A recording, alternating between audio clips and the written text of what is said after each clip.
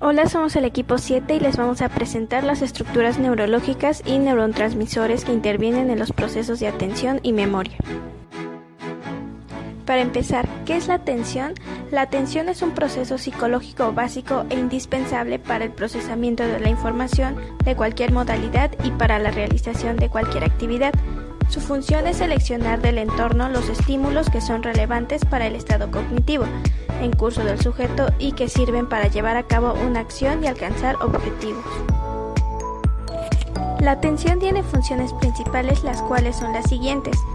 Se tiene control sobre la capacidad cognitiva, activa el organismo ante situaciones novedosas y planificadas o insuficientemente aprendidas, previene la excesiva carga de información, estructura la actividad humana, promueve la motivación consciente al desarrollo de habilidades y establece la dirección de la atención y asegura un procesamiento perceptivo adecuado de los estímulos sensoriales más relevantes.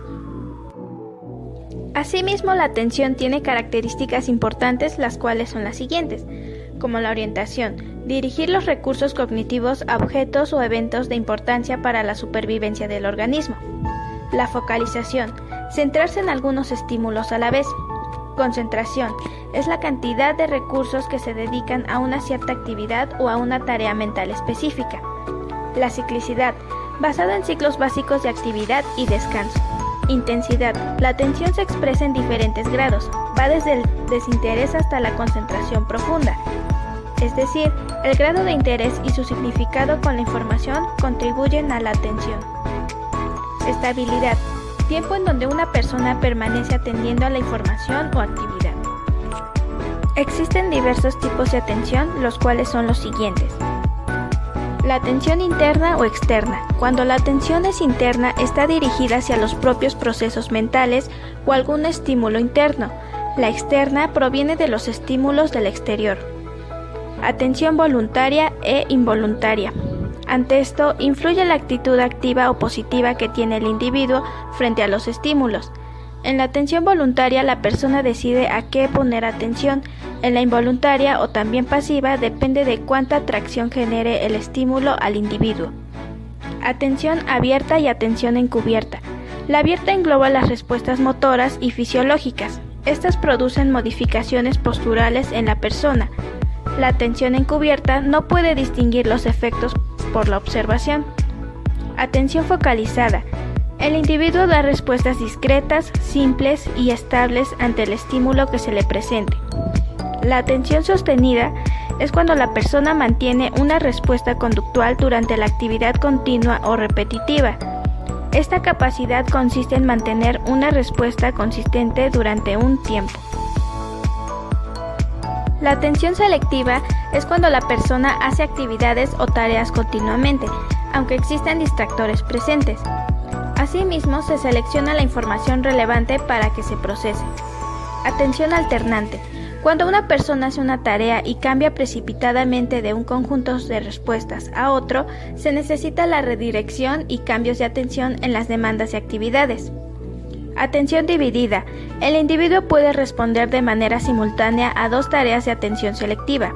Esta atención es difícil ya que requiere mayor concentración.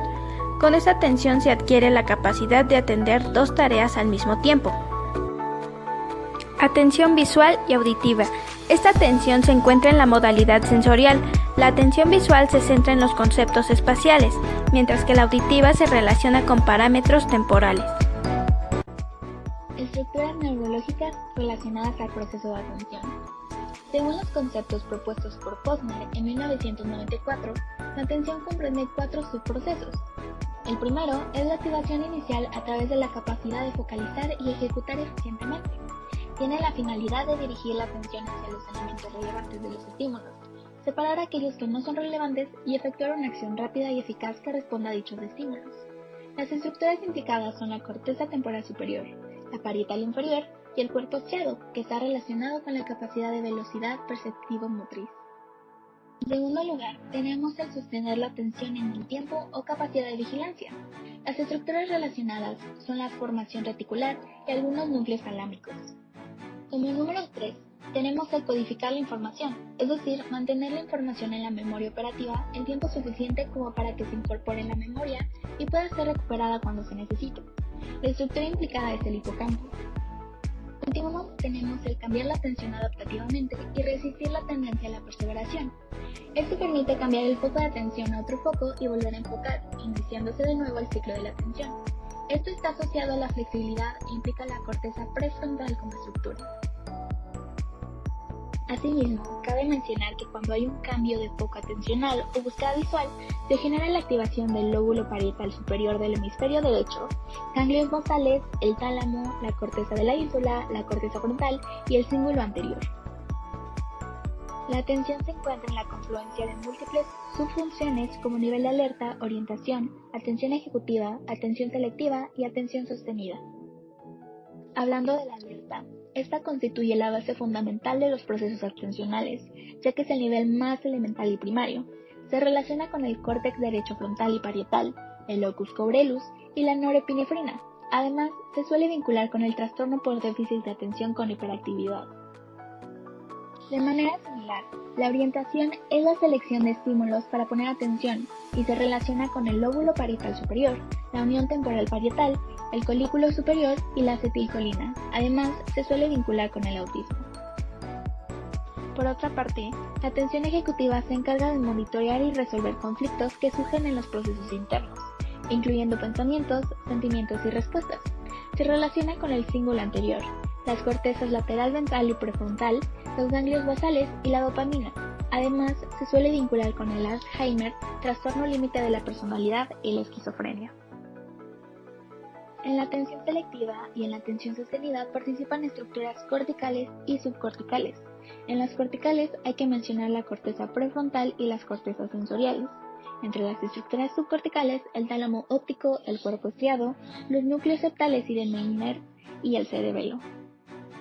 El psicofisiologista Labert ha esquematizado gran parte de estas estructuras en lo que se denomina circuito triangular de la atención. Los sistemas dopaminérgicos, noradrenérgicos y acetilcolinérgicos participan de estos sistemas en la atención. El circuito triangular de la atención se refiere a la selectiva, pero en él se encuentran también las estructuras que se vinculan a la atención sostenida. Por último, hablando de manera general sobre las estructuras neurales vinculadas a la atención, tenemos a la amígdala, que se encarga del reconocimiento de estímulos emocionales, al tálamo, involucrado en la vigilancia, a la vía visual ventral y dorsal, junto con la corteza prefrontal, encargadas de la búsqueda por confusión de características, y a la corteza occipitotemporal, encomendados de las búsquedas complejas. Los neurotransmisores son sustancias químicas que se pasan de una neurona a otra a través de la sinapsis y sirven para mandar señales desde el cerebro a diferentes partes del cuerpo. Hay muchos neurotransmisores y aquí se van a mencionar los que participan en los procesos de memoria y aprendizaje. Primero está el glutamato, que está presente en el 90% o más de la sinapsis del cerebro. Este aminoácido tiene como función que los procesos cerebrales se ejecuten de forma más eficiente y rápida. También tiene función para la memoria, especialmente para la recuperación de recuerdos. De igual forma, es esencial para el desarrollo de la neuroplasticidad y es por eso que tiene un papel importante en el aprendizaje y cómo adquirir nueva información y habilidades. Por otro lado, está la dopamina. Este neurotransmisor está vinculado al placer, sin embargo, se ha demostrado que también tiene un papel importante en la toma de decisiones, procesos cognitivos para el aprendizaje y la memoria. En la memoria, este hormona regula la duración de la información en nuestra mente y decidimos si se mantiene ahí por solo unas horas o de forma permanente. En el aprendizaje, cuando aprendemos algo que nos gusta o motiva, la dopamina activa el hipocampo para que se retenga esa información. Por otro lado, también está la acetilcolina, que es el primer neurotransmisor que se descubrió. Este neurotransmisor participa en todos los procesos de la memoria y de asociación. Por último, tenemos el neurotransmisor GABA. Este participa mucho en los estados de ánimo, pero también es importante para los procesos de la memoria. Los seres humanos construimos y renovamos nuestras representaciones del mundo por medio de 3 procesos básicos que son la percepción, la memoria y el aprendizaje. El proceso de la memoria tiene 3 funciones básicas, que son recoger nueva información, recuperar la información para poderla recordar y organizar una información para otorgarle un significado. Recordar las cosas de la vida diaria y de las cosas que nos rodean se lleva a cabo por medio de 3 distintas etapas. La primera etapa se le conoce como la codificación. La codificación consiste en transformar los estímulos en representaciones mentales. En esta primera etapa la atención es fundamental, ya que de ella dependerá la selectividad y el esfuerzo con el que se procesan los distintos estímulos. La segunda etapa es conocida como el almacenamiento. En el almacenamiento se retienen los datos para poderlos utilizar en el futuro y se forman los conjuntos de conocimiento. La última etapa es conocida como la recuperación. Durante la recuperación, los seres humanos acceden a la información que se encuentra almacenada y le pueden dar de manera voluntaria o de manera espontánea un significado. La manera voluntaria es cuando intentan recordar algo sabiendo que están intentando recordarlo, y la manera espontánea es cuando recuerdan algo porque ven algo que un estímulo o por alguno de sus distintos sentidos tienen una aceptación, y esto hace que su memoria se ponga a trabajar sin que sea de manera voluntaria. O sea que, por ejemplo, pueden oler algo y esto les recuerda a cuando eran chiquitos y comían pastel de chocolate. No están intentando recordar la infancia, simplemente un estímulo los hace recordarlo. La manera voluntaria es cuando están intentando recordar, por ejemplo, una dirección. Como lo están intentando, están viendo en lo que tienen almacenado en su cerebro para poder recordar esta información. Que se pueda dar el proceso de memoria, es muy importante la atención, ya que la atención requiere de alerta y de activación. Es importante mencionar que los seres humanos no tenemos memoria fotográfica, es decir, que no recordamos los hechos tal y como fueron, porque hay diferentes aspectos del ambiente que podrían afectarlo, o la forma en la que codificamos o procesamos que podrían afectar nuestra memoria. Existe el nivel superficial, el nivel intermedio y el nivel profundo en el procesamiento de la memoria. El nivel superficial son las cosas sensoriales, como los colores, el olor, el aspecto. El nivel superficial se puede olvidar fácilmente, ya que no deja como una huella en nuestro cerebro, entonces no es algo que recordemos para siempre. El nivel intermedio introduce el reconocimiento de alguna característica a nivel profundo y atiende el significado. Y el nivel profundo es duradera porque se ha procesado con mayor esfuerzo mental. Entonces, las cosas no siempre se recuerdan exactamente como sucedieron, y dependiendo de cómo las procesamos es como tendremos el recuerdo. Entonces, no siempre nuestras memorias son exactas y por eso no nos podemos siempre basar en nuestros recuerdos, ya que pudimos haberlos modificado por distintos aspectos. Neurológicas relacionadas al proceso de memoria. La memoria se considera el proceso por el que la información adquirida se convierte en conocimiento que guardamos para utilizarlo posteriormente cuando sea necesario. Asimismo, la memoria se considera una función intelectual que tiene relación estructural y funcional con el sistema nervioso central y que se caracteriza por adquisición, almacenamiento y reposición de la información y las experiencias previas aprendidas, ingresadas por alguna vía sensorial. En estudios experimentales clínicos en humanos se muestran las estructuras cerebrales relacionadas con la memoria y son el hipocampo, tálamo, amígdala del lóbulo temporal, cuerpos mamilares y al cerebelo, entre otras. Con respecto a la bioquímica, los neurotransmisores que participan en el proceso de la memoria son muchos, pero destaca principalmente la acetilcolina. Los tipos de memoria se pueden clasificar de acuerdo con el tiempo durante el cual es efectiva, que es memoria a corto plazo y memoria a largo plazo, o también se puede categorizarse de acuerdo con la naturaleza de lo que se recuerda. En este caso sería memoria declarativa y memoria no declarativa o de procedimiento. La memoria a corto plazo tiene subclasificaciones y son la memoria inmediata, primaria, operacional, activa o de trabajo. La memoria de trabajo se define como un sistema que mantiene y manipula la información de manera temporal. También tiene la capacidad para mantener las cosas en la mente el tiempo suficiente como para llevar a cabo acciones secuenciales. De acuerdo con el modelo de Baddeley y Hitch, la memoria de trabajo tiene subcomponentes diferenciados, como son el bucle fonológico, la agenda visoespacial, el ejecutivo central y el buffer episódico. El bucle fonológico hace referencia a un proceso de control basado en el repaso articulatorio. Es relevante para el almacenamiento transitorio de la materia verbal y para mantener el habla interna que está implicada en la memoria a corto plazo. La agenda visoespacial se centra en mantener y manipular imágenes visuales. El sistema ejecutivo central realiza operaciones de control y selección de estrategias. Y el buffer episódico almacena simultáneamente información fonológica y visual y de la memoria a largo plazo, de modo que se crea una representación multimodal y temporal de la situación actual. En la memoria a corto plazo de la memoria de trabajo se puede observar en la imagen cómo está dividido el córtex prefrontal dorsolateral, el córtex prefrontal anterior y de azul el córtex prefrontal ventrolateral.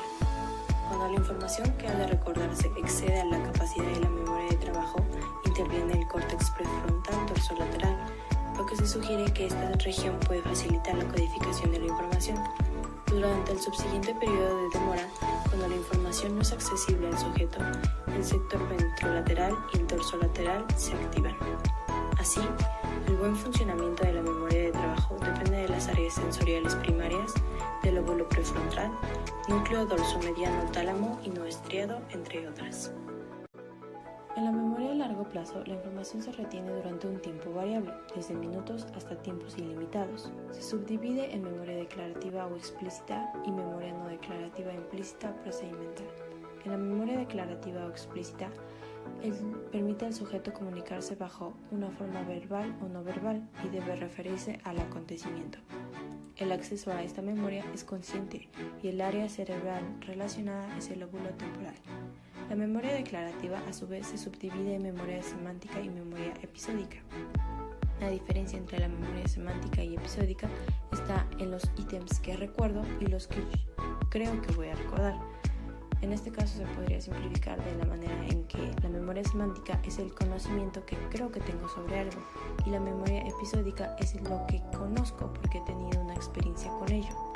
El funcionamiento de la memoria episódica depende de la integridad del hipocampo, giro dentado o circunvolución dentada de la amígdala y núcleos talámicos.